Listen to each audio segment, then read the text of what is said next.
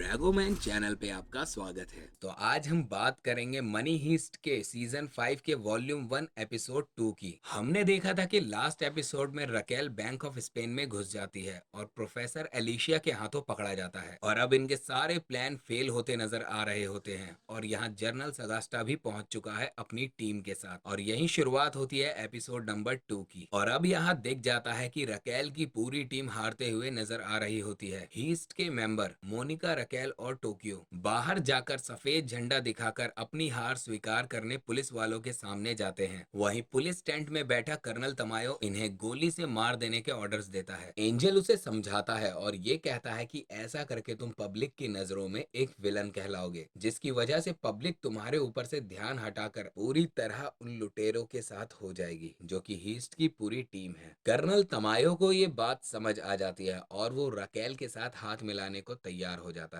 अब दोनों एक दूसरे के सामने होते हैं। रकेल मोबाइल में कर्नल तमायो को एक वीडियो क्लिप दिखाती है और बोलती है, तुम्हारी तरफ से हमारे ऊपर गांधिया ने जो अटैक किए थे हमने उसे पकड़ लिया है। अब इस वक्त गांधिया की हालत बहुत खराब है और उसे डॉक्टर की जरूरत है। अगर तुम लोग यहाँ से आर्मी को पीछे हटा लोगे तो हम लोग गांधिया को तुम्हारे हवाले कर देंगे। रकेल कर्नल तमायो से करीबी कन्वर्सेशन को नोटिस करती है और उसे ये पता चल जाता है कि अभी तक प्रोफेसर के बारे में इसने एक भी जिक्र नहीं किया। इसका मतलब ये हो सकता है कि प्रोफेसर कैद में तो है पर पुलिस वालों के नहीं, सिर्फ अलीशिया सहरा के। जिसके बाद के पूरी सिचुएशन को देखते हुए रकेल को ये बात समझ आ जाती है कि प्रोफेसर इनके कब्जे में नहीं है बल्कि वो सिर्फ अलीशिया सहरा के पास में है।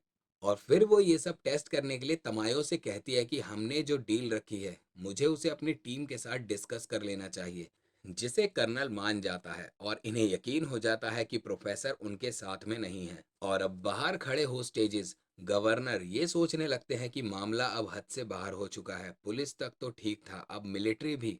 और वहीं खड़ा आर्तुर भी प्लानिंग कर रहा था और गवर्नर को देख रहा था और अब वो अपने आप को हीरो बनाने की कोशिश में लग जाता है। जहाँ पे सीन शिफ्ट होता है बैंक ऑफ स्पेन के अंदर। गांधी अब बगोटा को कुछ बोलने लगता है और दोनों में लड़ाई हो जाती है। अब बगोटा इतने गुस्से में था और गांधिया ने नायरोबी की जान भी ले ली थी।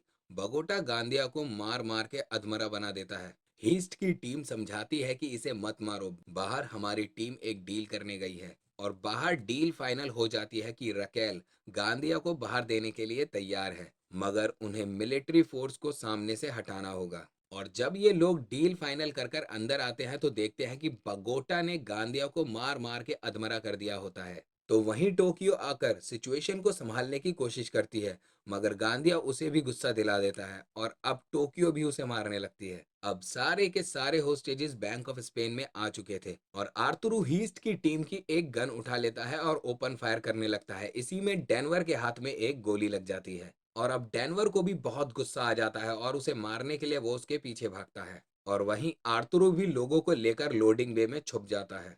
और वहीं आर्तुरु देखता है कि हीस्ट की टीम के प्रोफेसर ने अपनी पूरी गैंग के लिए सारे हथियार उसी जगह छुपा रखे होते हैं। और अब एक तरफ हीस्ट की टीम आर्तुरु और उनके लोगों को पकड़ने की कोशिश करती है, मगर अपने बचाव के लिए ये लोग वहां पर मौजूद सभी वेपन्स को यूज करना शुरू कर देते हैं और यूज कर करके उन्हें खत्म करने की कोशिश करते हैं। और अब यही देखते देखते एक और जंग शुरू हो जाती है और एक तरफ हीस्ट की टीम के पास हथियारों की कमी होती है और वहीं दूसरी तरफ आर्तुरु अलग अलग हथियारों से एक के बाद एक हमले कर रहा होता है। और वहीं टोक्यो के माइंड में ये बात क्लिक होती है, अगर हमारे पास हथियार कम पड़ गए तो गांधिया की तिजोरी के अंदर ऐसे कुछ हथियार थे जो इनको रोकने के लिए काफी हो सकते हैं। तो तभी कुछ ग्रेनेड लेने के लिए टोक्यो वहां से निकल जाती है। अब पुलिस टेंट में कर्नल तमायो जनरल सगास्टा से कहता है कि तुम्हें हमारे ट्रेंड ऑफिसर को लेकर एक टीम बनाकर अंदर जाना चाहिए, लेकिन जनरल सगास्टा कहता है कि वो सिर्फ अंदर अपनी टीम के साथ जाएगा और सगास्टा की टीम इंसानों की नहीं बल्कि हैवानों की है। और वहीं स्वारविज कर्नल तमायो को कहता है कि ये आप क्या कर रहे हैं, आप जानते हैं कि आप अंदर किन लोगों को भेज रहे हैं।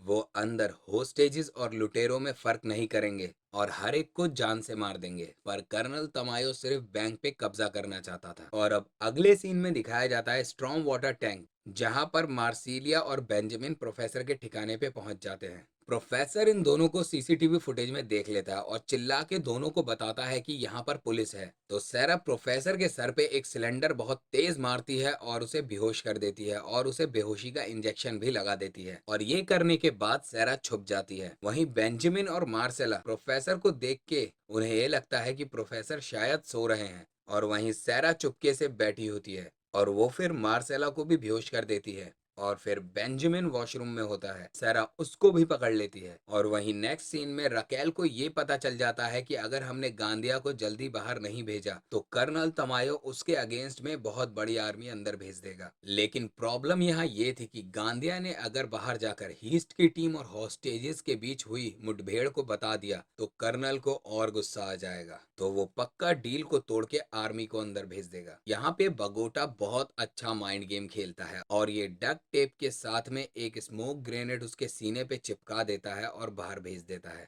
वहीं गांधिया चिल्ला के लोगों को बताना चाहता है कि अंदर क्या चल रहा है, पर इससे पहले कि वो कुछ बता पाता वो बेहोश हो जाता है। और अगले ही सीन में दिखाया जाता है कि आर्तुरो के हाथों हथियार लग जाते हैं और वो अपने पूरे पागलपन में हीस्ट की टीम पर हमला कर रहा होता है। इन सब चीजों को देखकर गवर्नर को ये पता चल जाता है कि ये मामला पर्सनल इश्यूज का है। आर्तुरो एक बड़े से फ्लेम थ्रोअर से डेनवर पे हमला करता है। डेनवर को मनीला बचा लेती है और समझाती है कि टोक्यो हथियार लेके आती ही होगी और हम फिर इनका सामना करेंगे। इस बात को आर्तुरो सुन लेता है और अब वो पास की लोडिंग मशीन पे गन्स रखकर उसे टैंक की तरह यूज करके उन पे हमला कर देता है। अब इसको रोकना बहुत मुश्किल हो जाता है। अब यहाँ सबको डर लगने लगता है। तभी मोनिका एयर डक्ट में जाके उसके पीछे की तरफ निकल जाती है और सीधा गन पॉइंट कर देती है और कहती है कि आर्तुरो रुक जाओ, नहीं तो मैं तुम्हें जान से मार दूंगी। और अब आर्तुरो उसे अपनी बातों में फंसाता है और बहलाता है और वो उसे चालाकी से मारने का सोच रहा होता है। आर्तुरो उसे शूट करता है, इससे पहले मोनिका उस पर गोली चला देती है और इसी के साथ ये एपिसोड यहीं पूरा होता है। लाइक, सब्सक्राइब और शेयर करना ना भूलें